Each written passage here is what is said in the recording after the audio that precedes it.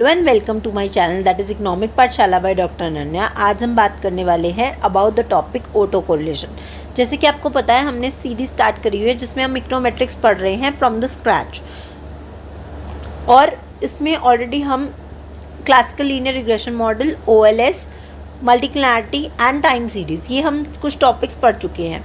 तो मैं आपको सजेस्ट करूँगी, अगर आप ये वीडियो देख रहे हैं तो इससे पहले आप बेसिक वीडियो देखिए क्लासिकल लीनियर रिग्रेशन मॉडल की, तब आपको ऑटो कोरिलेशन और ज़्यादा अच्छे से समझ में आएगा। तो ऑटो कोरिलेशन होता क्या है? तो जब मैंने आपको क्लासिकल लीनियर रिग्रेशन मॉडल पढ़ाया था तो उसमें मैंने कहा था कि एक एजम्पशन होती है, that is there will be zero correlation between the error term. ठीक है, यानी एरर टर्म्स जो है UI और UJ जो है उनके बीच में कोई भी कोरिलेशन नहीं होना चाहिए। ठीक है, या फिर हम ऐसा भी कह सकते हैं that is UT minus 1 is equals to 0, उसकी एक्सपेक्टेड वैल्यू 0 होनी चाहिए। यानी कि दो जो एरर टर्म्स हैं उनके बीच में कोई भी कोरिलेशन नहीं होना चाहिए। अब मैंने ये T और T-1 क्यों लिखा? क्योंकि जो ऑटो कोरिलेशन की प्रॉब्लम है वो मोस्टली देखी जाती है टाइम सीरीज डाटा में, जिसकी वजह से हम ये भी कह सकते हैं that T and UT-1 is not related. अब UI और UJ का क्या मतलब है? I can take any value that is 1, 2, 3 and so on, while J can take any value from 1, 2, 3 and so on. तो इसलिए हम कहते हैं कि हमारे मॉडल में कोई भी प्रॉब्लम नहीं होनी चाहिए ऑटो कोरिलेशन की। अगर ऑटो कोरिलेशन की प्रॉब्लम है, ठीक है, अगर ऑटो कोरिलेशन की प्रॉब्लम है तो कैसा होगा? That is UT and UT-1 is not equals to 0। अभी जैसे मैंने आपको बोला कि ऑटो कोरिलेशन की प्रॉब्लम जो है मोस्टली कहाँ देखी जाती है? टाइम सीरीज डाटा में देखी जाती है। लेकिन अगर ऑटो कोरिलेशन की प्रॉब्लम हो किसमें? In the cross section data या in the cross sectional data, तो इस प्रॉब्लम को हम क्या बोलेंगे? तब हम बोलते हैं उसको spatial correlation. It is related to space, है ना? तो देयरफॉर इसका नाम पड़ा है spatial correlation. Okay, I hope आपको ये समझ में आ गया होगा। Moving on to the reasons, अब हम बात करते हैं कि अबाउट द रीजन्स, कि ऐसे क्या रीजन्स है जिसकी वजह से ऑटो कोरिलेशन की प्रॉब्लम इतनी ज़्यादा जो है वो देखी जाती है हमारे मॉडल्स में। तो सबसे पहली बात तो यही हो गई reasons for the autocorrelation. सबसे पहला रीज़न तो यही हो गया, that is we have lagged variables और we have lagged relationships. Lag का मतलब बताया था कि अपनी ही कोई भी वेरिएबल अपनी ही पास्ट वैल्यूज़ के ऊपर अगर डिपेंड होता है तो उसको हम क्या कहते हैं? लैग। ठीक है, पिछड़ा होना। ठीक है, लैग का अगर मीनिंग देखें तो फॉर एग्जांपल हम कहते हैं कि जो कंजप्शन है ना वो फंक्शन है अपनी ही पास्ट कंजप्शन के ऊपर, तो ये क्या है? लैग रिलेशनशिप को शो कर रहा है। एंड इकोनॉमिक्स में मोस्टली ऐसे जो है रिलेशनशिप्स हमको पढ़ने को मिलते हैं जहाँ पर इनकम जो है अपनी ही पास्ट इनकम के ऊपर डिपेंड है, राइट? ठीक है, वेल्थ के ऊपर डिपेंड है। तो ये सब चीज़ें क्या है? ये रीजंस है जिसकी वजह से ऑटो कोरिलेशन की प्रॉब्लम हमारे मॉडल में आती है। उसके बाद जो नेक्स्ट रीज़न है दैट इज़ मिसिंग वेरिएबल। अब मिसिंग वेरिएबल का क्या मतलब है? अगर आप कोई भी वेरिएबल छोड़ देते हैं, मिस आउट कर देते हैं, तो उसकी वजह से भी प्रॉब्लम किसकी हो सकती है? हमारी ऑटो कोरिलेशन की प्रॉब्लम हो सकती है। हमने एक मॉडल बना लिया that is y equals to β0 plus β1 x1 plus x β2 x2 and UT। ठीक है, आप इसमें सबस्क्रिप्ट T लगाना चाहे तो लगा सकते हैं, कोई इशू वाली बात नहीं है। ठीक है, अब मान लीजिए मैं इसको एक एग्जाम्पल से आपको समझा देती हूँ एक बार। हमने बोला कि y क्या है, हम ऐसा ज्यूम करके चलते हैं कि y हमारे पास क्या वेरिएबल है? सेल्स है। ठीक है, y हमारे पास सेल्स है और x क्या है? हमारे पास एडवर्टीजमेंट एक्सपेंडिचर है। तो आपको पता है जब भी हम एक्सपेंडिचर करते हैं, एक्सपेंडिचर ऑन एडवर्टीजमेंट, तो वो किसके ऊपर डिपेंड करता है या उसका इम्पैक्ट किसके ऊपर पड़ता है? सेल्स के ऊपर पड़ता है, राइट? अब मान लीजिए हमें इन दोनों के बीच का रिलेशनशिप देखना है, लेकिन ऐसे और भी बहुत सारे फैक्टर्स हैं जो कि कहीं ना कहीं क्या करते हैं? हमारे इसको अफेक्ट करते हैं, सेल्स को। जैसे मान लीजिए x2 है, दैट इज़ कंज्यूमर इनकम। तो ऑब्वियसली बात है कंज्यूमर की इनकम अगर चेंज होगी तो हमारी सेल्स भी इंक्रीज़ होगी, राइट? जो कि क्या है? अगर हम देखें तो कंज्यूमर इनकम यानी x2 कैसा वेरिएबल है? It is a positive variable with time. Positive variable with time का क्या मतलब है कि जैसे जैसे टाइम बढ़ेगा, यानी कि अगर टाइम इंक्रीज़ होगा तो कंज्यूमर की इनकम फॉर श्योर इंक्रीज ही होती है, ठीक है। अब मान लीजिए किसी रीज़न की वजह से आपने इसको, यानी कि किसको, ये जो x2 वेरिएबल है इसको ओमिट कर दिया। ओमिट मतलब आप इसको भूल गए, या आपने उसको निकाल दिया, या आप उसको किसके रीज़न की वजह से, due to lack of literature, ठीक है। आपके पास लिटरेचर नहीं था या नॉलेज नहीं था, आपको पता नहीं था ऐसा भी कोई वेरिएबल है जो कि हमारे डिपेंडेंट वेरिएबल को अफेक्ट करता है। हमने क्या किया, x2 को छोड़ दिया। अब क्या होगा, ध्यान से सोचिए, अगर आप x2 को छोड़ देते हैं, ठीक है, तो x2 will get subsumed in ut, right. x2 किसके अंदर चला जाएगा, ut में। ut क्या होता है, ut means the error term. Error term में क्या आता है, वो सारे वेरिएबल्स जो कहीं ना कहीं किसको अफेक्ट करते हैं, हमारे डिपेंडेंट वेरिएबल को अफेक्ट करते हैं, बट क्योंकि लैक ऑफ नॉलेज होता है तो हमें नहीं पता होता है कि वो कौन सा वेरिएबल है, दैट्स वाई हम उसको क्या कर देते हैं, स्किप कर देते हैं, ठीक है। अब x2 किसके अंदर चला गया, ut के अंदर चला गया। अब क्योंकि x2 हमारा ut के अंदर चला गया है, तो अब जब मान लीजिए कोई और वेरिएबल है, मान लीजिए अब हम ut-1 निकालेंगे, तो ut-1 क्या हुआ, इसी का लैग वेरिएबल हो गया, ठीक है। और x2 जो है वो ऑलरेडी किसके अंदर है, ut के अंदर है। तो जो x2 होगा वो कहीं ना कहीं अपने ही लैग वेरिएबल से, यानी कि अब अगर आप ये कहें कि ut-1 में क्या होगा, x2t-1 भी होगा, तो x2t-1 कहीं ना कहीं x2 से रिलेट करेगा। इज़ दैट ओके और नॉट। मैंने क्या कहा, हमने x2 को डाला है ut के अंदर, ठीक है, और उस ut का जब हमने लैग निकाला, यानी उसी का एरर टर्म का लैग निकाला, उसका t-1 निकाला, तो उसके अंदर x2-1 तो होगा, x2t-1 तो होगा ही, और x2 माइनस और t भी होगा, यानी ये दोनों वेरिएबल्स होंगे जो कि आपस में क्या कर रहे होंगे, कोरिलेट कर रहे होंगे। दैट्स वाई ऑटो कोरिलेशन की प्रॉब्लम जो है वो देखी जाती है। Another reason for the problem of auto correlation is sluggishness or inertia.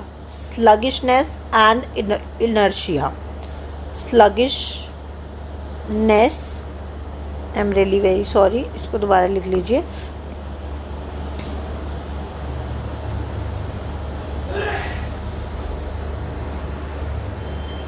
Right.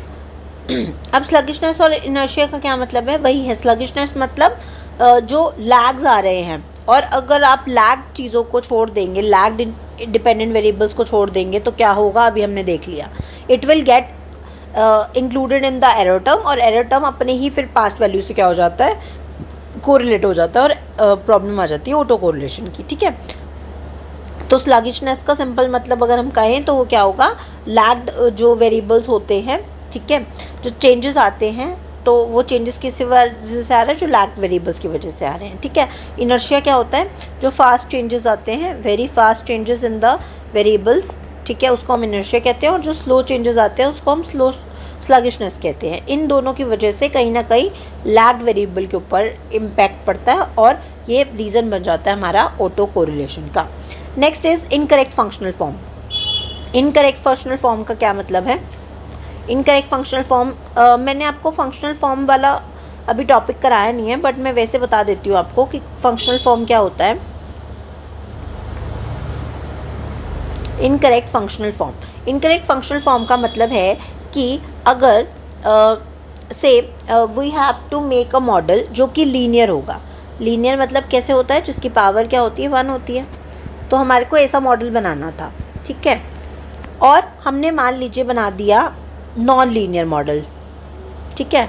Non linear क्या हो गया, जैसे कि मान लीजिए y(t) = β1 + β2 xt² + ut, ठीक है, या ऐसा बना दिया, तो ये क्या हो जाएगी, फंक्शनल फॉर्म करेक्ट होगी। या हमें लॉग नहीं लेना था, हमने लॉग ले लिया, ठीक है, ये भी हो सकता है वन ऑफ द रीज़न, ठीक है। तो ये क्या हो गई, इनकरेक्ट फंक्शनल फॉर्म्स, यानी कि जैसा होना चाहिए था हमने वैसा ना लेके हमने उसका अनदर वर्जन ले लिया।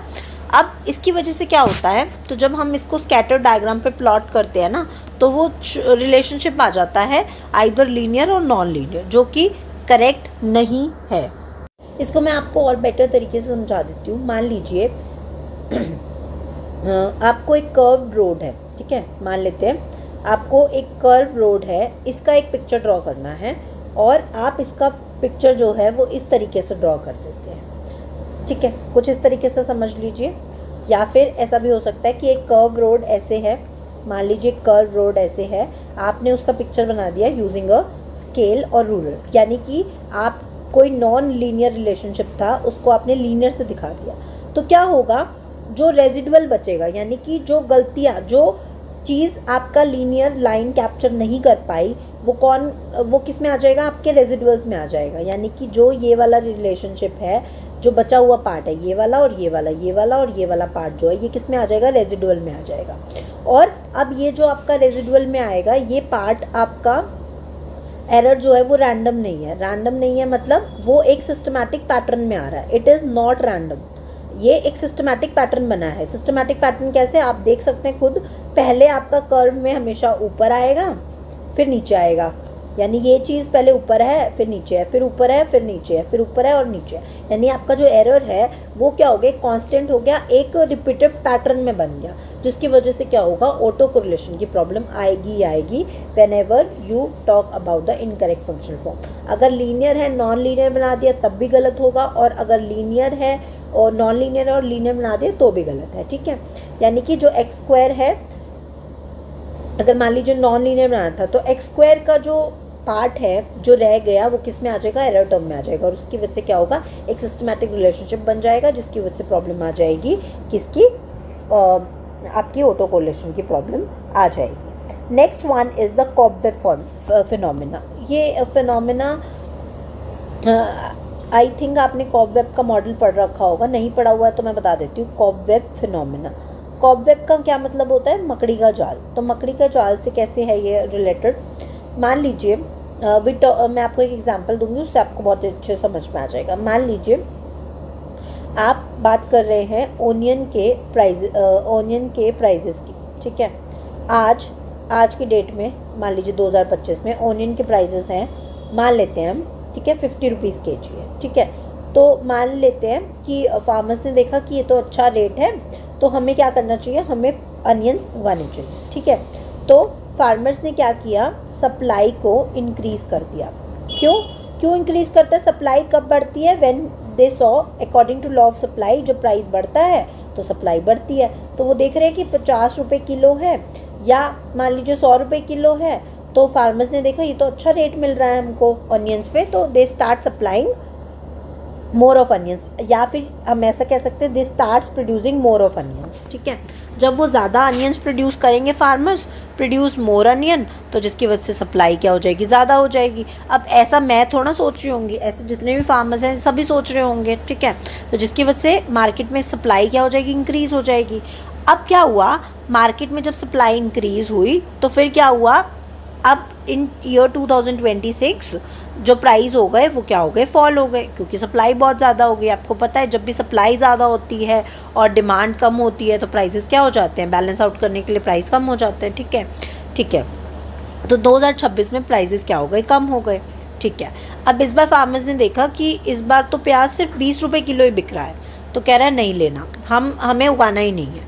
कहता है इतना घाटा थोड़ा करना है, अपनी कॉस्ट भी नहीं निकलती है, तो वाई वी स्पेंड और put our efforts so much in making onions. ठीक है, तो उन्होंने क्या करा, इस बार उन्होंने अनियन प्रोड्यूस ही नहीं किया। ओके, अब ऐसा मैंने नहीं सोचा, सभी फार्मर्स ने सोचा, तो क्या हो गया, अनियन की शॉर्टेज हो गई, क्योंकि अनियन प्रोड्यूस नहीं हुआ तो अनियन की सप्लाई क्या हो गई, कम हो गई। अब अनियन की सप्लाई कम हो गई लेकिन डिमांड तो पूरी है, क्योंकि आपको पता है डिमांड तो होती है हमेशा अनियन की। सप्लाई कम है, डिमांड ज़्यादा है, तो क्या होगा, प्राइस विल इंक्रीज़। अब प्राइस क्या हो गए, इंक्रीज़ हो गए। अब जब प्राइस इंक्रीज़ हो गए कब, 2026 में, उसके बाद एज ए कॉन्जिक्यूटिवली प्राइस मान लेते हैं 2026 में पहले कम हुए, तो अब मान लेते हैं 2027 में वो बढ़ गए। ठीक है, अब जब मुझे फिर से 2027 में फसल उगानी है एज अ फार्मर, मैं फिर देखूंगी कि प्राइस तो बढ़ रहे हैं, तो मैं सोचूंगी कि ठीक है 2027 में अभी उगाती हूँ तो 2028 में मुझे इसके अच्छे रेट मिलेंगे। फिर सेम प्रोसेस होगा, प्राइजेस जो है बढ़ा हुआ देख के सारे फार्मर्स जो है ऑनियन प्रोड्यूस करने लगेंगे और उसकी सप्लाई फिर इंक्रीज़ हो जाएगी और प्राइस फिर फॉल हो जाएगा। And this phenomena keeps on going, इसी को हम बोलते हैं कॉबवेब मॉडल। यानी कि सिंपल मतलब अगर हम देखें तो इससे, इस पूरे कॉन्टेक्स्ट से, इस पूरे एग्जाम्पल से हमें क्या समझ में आया, दैट इज़ सप्लाई जो है quantity supplied by the farmers, ये मोस्टली एप्लीकेबल किसके ऊपर होता है, एग्रीकल्चरल प्रोडक्ट्स के ऊपर होता है। तो जो सप्लाई है फार्मर्स की वो किसके ऊपर डिपेंड करती है, हमारे पास्ट के प्राइजेस के ऊपर। यानी एक साल पहले क्या प्राइस था, यानी आज मुझे फसल उगानी है 2025 में, तो मैं प्राइस कब का देख कर चलूँगी, मैं ये देख के चलूँगी कि भाई 2024 में क्या प्राइस था। यानी आज की सप्लाई डिपेंड है कि पिछले साल क्या प्राइस था, राइट। तो इसी को हम क्या बोलते हैं, कॉबवेब मॉडल बोलते हैं। और इस कॉबवेब मॉडल को अगर हम इस रिलेशनशिप को अगर हम छोड़ देते हैं, भूल जाते हैं, तो इसका वही होगा इम्पैक्ट सेम। क्या होगा, इसका जो इम्पैक्ट है वो किस में चला जाएगा, एरर टर्म में। और एरर टर्म में क्या होंगे, एक सिस्टमैटिक पैटर्न बन जाएगा जिसकी वजह से ऑटो कोरिलेशन की प्रॉब्लम हमें देखने को मिलेगी। आई होप समझ में आ गया होगा। लास्ट पॉइंट है डाटा मैनिपुलेशन का, लास्ट रीज़न है डाटा मैनिपुलेशन का, जिसमें सिंपल मतलब क्या है, डाटा मैनिपुलेशन का क्या मतलब है, दैट इज़ डाटा मैनिपुलेशन से हम क्या कहना चाह रहे हैं, हम ये बताना चाह रहे हैं कि whenever there are fluctuations, या हमारे पास रॉ डाटा होता है, ठीक है, उसको स्मूदन आउट करने के लिए कई बार हम ऐसा करते हैं। आपने देखा होगा, मुझे नहीं पता, अगर आपने रिसर्च किया है या आपने डाटास के साथ प्ले किया है तो आपको ये चीज़ ज़रूर पता होगा, समटाइम्स मिसिंग नंबर्स होते हैं, ठीक है। मान लेते हैं 2000, मैं जस्ट एक एग्जांपल के लिए आपको बता रही हूँ, 2018, 19, 20, 21, 22, ठीक है। मान लीजिए 5 साल है, यहाँ पर डाटा आपको दे रखा है ऑफ द जीडीपी, कुछ डाटा है, मैं मान लेती हूँ X Y Z and something and then A, ठीक है। अब 2021 का मान लेते हैं, हमारे पास डाटा नहीं है जीडीपी का, तो हम क्या करते हैं, we try to take average, या तो इन दोनों का एवरेज लेकर यहाँ पर मेंशन कर देंगे, या we try to smoothen out the data. और स्मूदन आउट करने का क्या मतलब है, जो मिसिंग नंबर्स हैं उनको हम क्या करेंगे, कंप्लीट करने की कोशिश करेंगे। जब हमने इसको कंप्लीट करने की कोशिश करी तो भी हमारे पास क्या होता है, ऑटो कोरिलेशन की प्रॉब्लम आ जाती है। जैसे मान लीजिए आपके पास क्वार्टरली डाटा है जीडीपी का, ठीक है। अब क्वार्टरली डाटा को आप क्या करने की कोशिश करेंगे, आपको चाहिए मान लीजिए एनुअल डाटा, कोई डाटा है आपको एनुअली चाहिए लेकिन वो पब्लिश होता है क्वार्टरली, मान लेते हैं, एज्यूम करके चल रहे हैं। तो क्या होगा, जो आपके पास क्वार्टर्स में डाटा है, जैसे 1, 2, 3, 4, 2.4, 2.2, 2.1, ये सब है। आप इसको क्या करेंगे, चारों का प्लस करके एवरेज निकाल के एक नंबर बता देंगे। तो जिसकी वजह से क्या होता है, स्मूदन आउट करने की वजह से भी एक सिस्टमैटिक पैटर्न बन जाता है। सिस्टमैटिक पैटर्न कैसे है, क्योंकि एवरेज का मतलब क्या होता है आपको पता है। वैसे एवरेज का क्या मेन काम क्या है, एवरेज का मेन काम ही यही है कि अगर मान लीजिए ये आपका एवरेज है, ये एक लाइन आपकी एवरेज है, कुछ नंबर्स इससे ऊपर हैं, कुछ नंबर्स इससे नीचे हैं और कुछ नंबर बिल्कुल ही नीचे हैं, तो सबको स्मूद आउट करके एक नंबर ऐसा बना देना जो कि सबके लेवल का हो, यानी कि सबको इतना मिल जाए कि सब एक बराबर आ जाए। तो यही काम है एवरेज का, और that's what we are talking about. ये एवरेज लेने से हमारे पास क्या होता है, सिस्टमैटिक जो है वो एरर्स आ जाते हैं और सिस्टमैटिक पैटर्न्स बन जाते हैं। तो यही रीजंस थे। तो आज हमने बात करी कि ऑटो कोरिलेशन क्या होता है, रीजंस क्या हैं और इससे क्या कॉन्सिक्वेंसेस हो सकते हैं। तो कॉन्सिक्वेंसेस के लिए मैं नेक्स्ट वीडियो बनाती हूँ, क्योंकि एक वीडियो में बहुत ज़्यादा लंबा हो जाएगा। So will in the next class we talk about the consequences of autocorrelation. I hope आपको समझ में आ गया होगा। अगर कुछ भी नहीं समझ में आता है then do let me know in the comment box section. Till then thank you and bye bye.